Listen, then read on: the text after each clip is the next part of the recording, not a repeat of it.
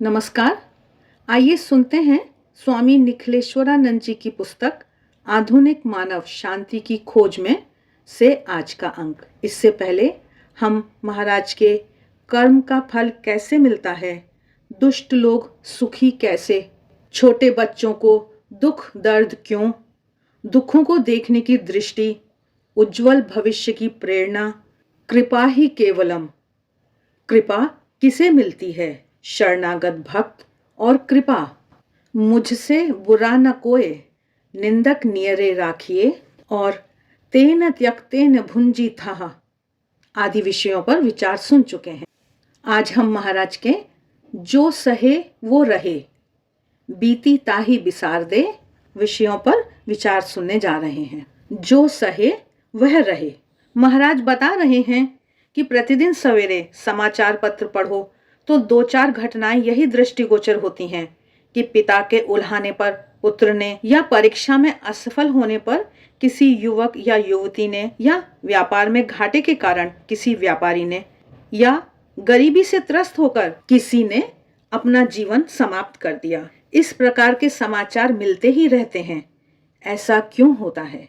क्या परेशानियां इतनी अधिक होती हैं कि मनुष्य को अपना जीवन समाप्त करना पड़े? महाराज कह रहे हैं कि सचमुच में देखा जाए तो परिस्थितियां इतनी विकट होती नहीं हैं जितना मान लिया जाता है, क्योंकि मुश्किलों को सहन कर सकने की मानसिक स्थिति नहीं होने से व्यक्ति को मुश्किलें बहुत बड़ी लगती हैं। आज शिक्षा बढ़ी है पर समझदारी नहीं, उपाधियां बढ़ी हैं पर जीवन मूल्य नहीं बढ़े हैं। जीवन मूल्यों का लोप होने से मनुष्य को जीवन के झंझावातों में टिके रहने की शिक्षा नहीं मिलती है। उसके कारण छोटी छोटी समस्या का समाधान भी मनुष्य नहीं कर पाता है। फलतः मानसिक तनाव, मानसिक रोग, आत्महत्या, परिवार में क्लेश, शारीरिक बीमारियों आदि का परिणाम उत्तरोत्तर बढ़ता ही जा रहा है। सहनशीलता मनुष्य का सबसे बड़ा गुण है, ऐसा श्री श्री मां शारदा देवी कहती हैं। जीवन में जो सहन कर लेता है उसके लिए कोई कठिनाई नहीं होती, पर जो सहन नहीं कर सकते वे सब कुछ खो देते हैं। आज परिवार टूट रहे हैं, इसके पीछे कारण यही है कि सहनशीलता का अभाव हो गया है। 17वीं सदी में ओसान नामक प्रधानमंत्री के परिवार में लगभग 100 व्यक्ति प्रेम पूर्वक मिलजुल कर रहते थे। इस परिवार की एकता के विषय में कहा जाता था कि ओसान के घर का कुत्ता भी दूसरे कुत्ते से लड़ता नहीं है। वहां के सम्राट को इस बात का पता चला तो वह प्रधानमंत्री के घर गया। उसके परिवार के इस अद्भुत सामंजस्य का रहस्य क्या है, यह उसने पूछा। वयोवृद्ध ने अपने पौत्र को कागज पेंसिल लाने को कहा। कांपते हाथों से उसने परिवार के सामंजस्य के कारण लिख दिए। राजा ने कागज पढ़ा तो आश्चर्यचकित हो गया। उस कागज में 100 बार एक ही शब्द लिखा था और वह शब्द था सहनशीलता। परिवार की शांति का रहस्य है सहनशीलता। आज समाज में बहुत तेजी से परिवर्तन हो रहा है। ऑल्विन टॉफलर ने अपनी पुस्तक फ्यूचर शॉक में तेजी से हो रहे सामाजिक परिवर्तन के अशुभ प्रभाव के विषय में चिंता व्यक्त की है। इसके कारण एक पीढ़ी से दूसरी पीढ़ी का अंतर बढ़ रहा है, परस्पर समझ घट रही है, स्वार्थ वृत्ति बढ़ने से दूसरों के विषय में सोचने की वृत्ति कम हो रही है। पाश्चात्य संस्कारों का प्रभाव, जड़वादी सभ्यता का आक्रमण, टेलीविजन चैनलों की मीडिया के प्रभाव के कारण जीवन की बदलती परिभाषा, आध्यात्मिक शिक्षण और संस्कारों का अभाव, इन सब के कारण आधुनिक युग में मनुष्य को उपहार स्वरूप मिला महान सद्गुण सहनशीलता का लोप होता जा रहा है। इससे जरा सी कठिन परिस्थिति का दबाव भी लोग सहन नहीं कर पाते। वैज्ञानिक उपकरणों ने आज के मानव जीवन की अनेक सुविधाएं दी हैं, जीवन को सरल बना दिया है। एक शतक पहले की बात करें तो नारियों का जीवन कितना कठिन था।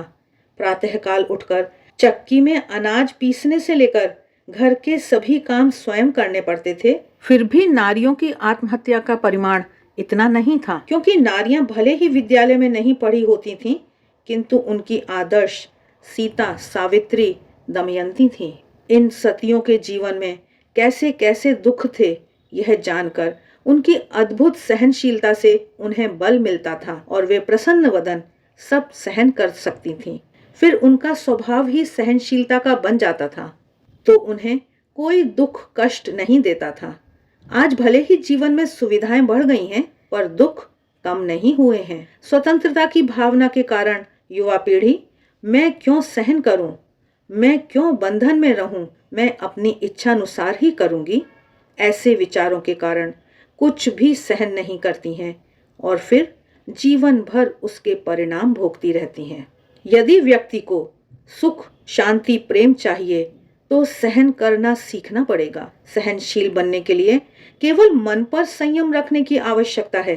किसी ने एक कठोर बात कही तो पलटकर 2-4 शब्द उससे भी कठोर बोल देना बहुत ही सरल है, पर वह कठोर शब्द सुनकर पचा लेना, उसकी कोई प्रतिक्रिया ना करना ही संयम है। यह कठिन है, लेकिन एक बार यदि मन पर संयम हो जाए तो फिर सहन शक्ति की जादुई चाबी हाथ में आ जाती है। इस चाबी से प्रत्येक परिस्थिति का हम सामना कर सकते हैं। महाराज आगे बता रहे हैं कि एक गरीब घर का युवक 5 वर्ष का कॉन्ट्रैक्ट करके सेठ की दुकान में काम करने के लिए दुबई गया। वहां पूरे दिन काम करना होता था। भयंकर गर्मी, उसे अपने जैसे अन्य 3 युवकों के साथ एक ही कमरे में रहना पड़ता था। उसे वहां थोड़ा भी अच्छा नहीं लग रहा था। रात में घर की याद आती थी। वह सोचता था कि इससे तो अच्छा है मैं अपने देश में मजदूरी करके पेट भर लूंगा, यहाँ नहीं रहूंगा, चला जाऊंगा।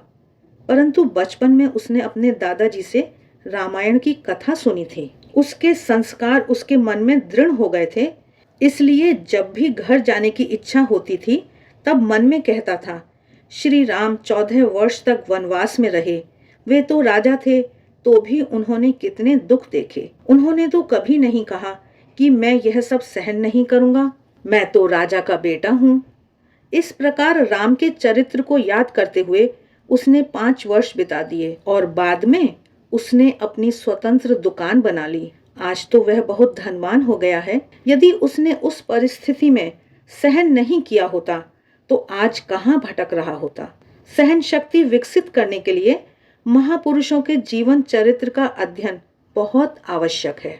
उससे पता चलता है कि महापुरुषों ने कितने कष्ट सहन किए हैं, जीवन में आने वाली सभी विपत्तियों का प्रसन्नता से सामना किया है, तब वे महान बने हैं। जो सहन करता है वही कुछ प्राप्त कर सकता है, उसे ही महानता मिलती है। श्री रामकृष्ण देव का महत्वपूर्ण संदेश है कि जो सहन करता है वही रहता है, जो सहन नहीं करता वह नहीं रहता है।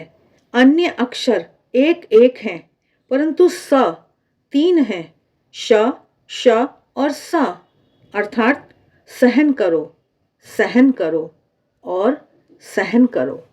आइए सुनते हैं बीती ताही बिसार दे विषय पर महाराज के विचार। महाराज कह रहे हैं, एक घर में विवाह था। बेटी की बारात आने वाली थी। उसकी सभी तैयारियां हो रही थीं। तभी वृद्धा माता ने पुत्र को बुलाकर कहा, बेटा मेरे साथ चलो, तुम्हारे काका काकी को बुला लाएं। माँ, यह नहीं हो सकता। आपको पता है कि बाबूजी की मृत्यु के बाद काका सज्जनता भूलकर अनाप शनाप बोलकर अलग हो गए थे। हमें उनसे कुछ भी लेना देना नहीं है।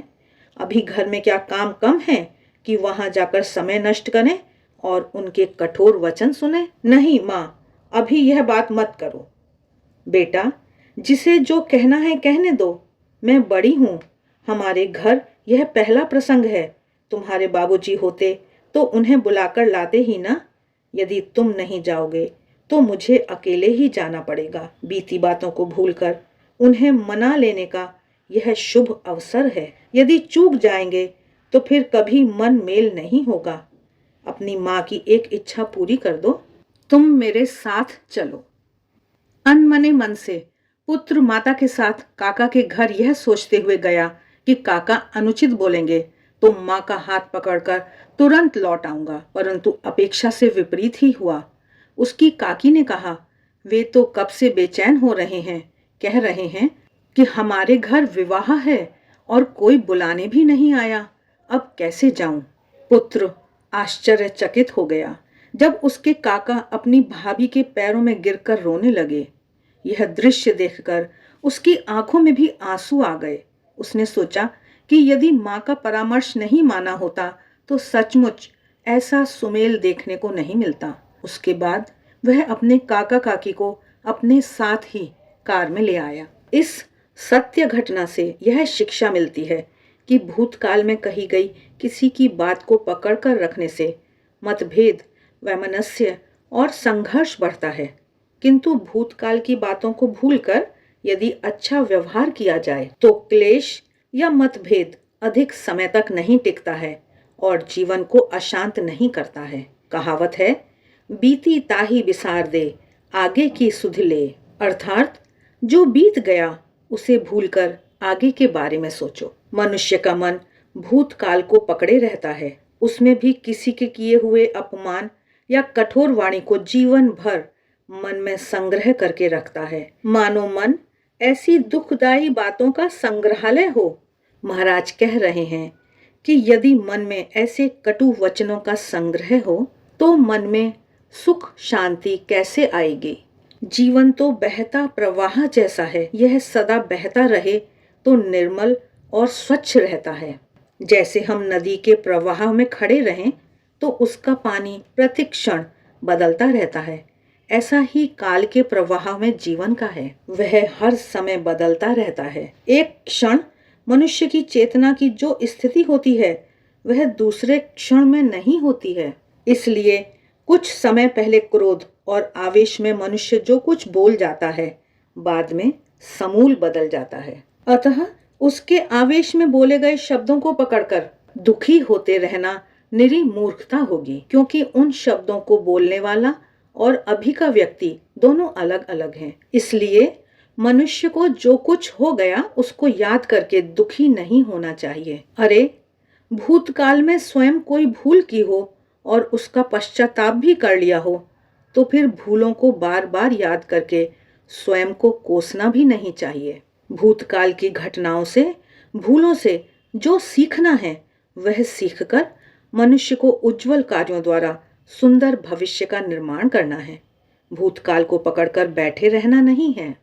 इस संदर्भ में स्वामी विवेकानंद जी कहते हैं, यदि मैं तुम्हें ऐसा उपदेश दूं कि तुम पापी स्वभाव के हो क्योंकि तुमने अमुक भूलें की हैं और तुम बुरे हाल घर जाकर राख लपेटे जीवन भर शोक मनाते रहे, रोते रहे, तो उससे तुम्हें कुछ लाभ नहीं होगा। उससे तो तुम और निर्बल हो जाओगे। यदि कमरे में हजारों वर्षों से अंधेरा है और तुम शोक करके रोने लगो कि अरे यहाँ अंधेरा है, तो क्या इससे अंधेरा दूर हो जाएगा? तुम दिया सलाई जलाओ तो एक पल में प्रकाश हो जाएगा। इसलिए मनुष्य को भूतकाल के विषय में रुदन न कर ऐसे कार्य करने चाहिए जिससे उज्जवल भविष्य का निर्माण हो। यह व्यक्ति, परिवार और समाज की प्रगति का मार्ग है और सुख और शांति का भी मार्ग है। आशा है सरलता से समझाई गई इन बातों को हम समझेंगे और अपना जीवन सुख व शांति में बनाएंगे। तो आज के लिए बस इतना ही। मिलते हैं फिर। तब तक के लिए आप सभी का बहुत बहुत धन्यवाद।